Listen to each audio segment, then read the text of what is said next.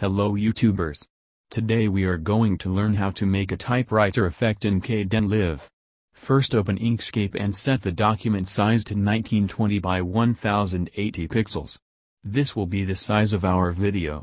Now write your text. In this case we will write typewriter effect ! And now you can change the font and resize and reshape the text to your heart's desire. Once you have finished writing the text, save it as a PNG file. Be sure to select the page setting in the dialog box, otherwise your image will be saved as the wrong size and the effect will not work in Kdenlive. Also be sure to set the image size to 1920 by 1080 pixels. Now we will get our gradient from the website perbang.de/RGB gradient.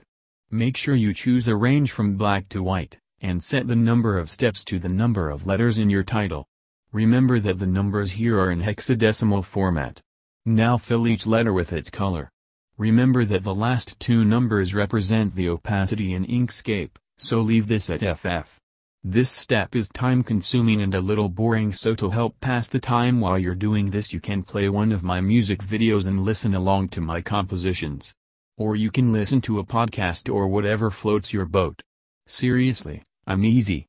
So when you are finished changing the color of each individual letter, save the image as a XCF file so we can open in GIMP. We need to use GIMP for this step because Inkscape can't save files as PGM. Now in GIMP we can save it as a PGM file which can be used as our custom wipe in Kdenlive. The custom wipe file should be saved in the home directory /.local/.share/Kdenlive/lumas/HD. Let's test out our typewriter effect. Now we import a color clip as a background and our original PGM file with the text. Grab a wipe transition and set the wipe type to the title PNG file we just created not long ago. Watch and see as your typewriter letters dance across the screen one at a time. For further customization you can set the wipe duration and this will change the speed at which the letters appear on the screen. Now I hope you liked this tutorial and be sure to like, comment and subscribe. Peace out.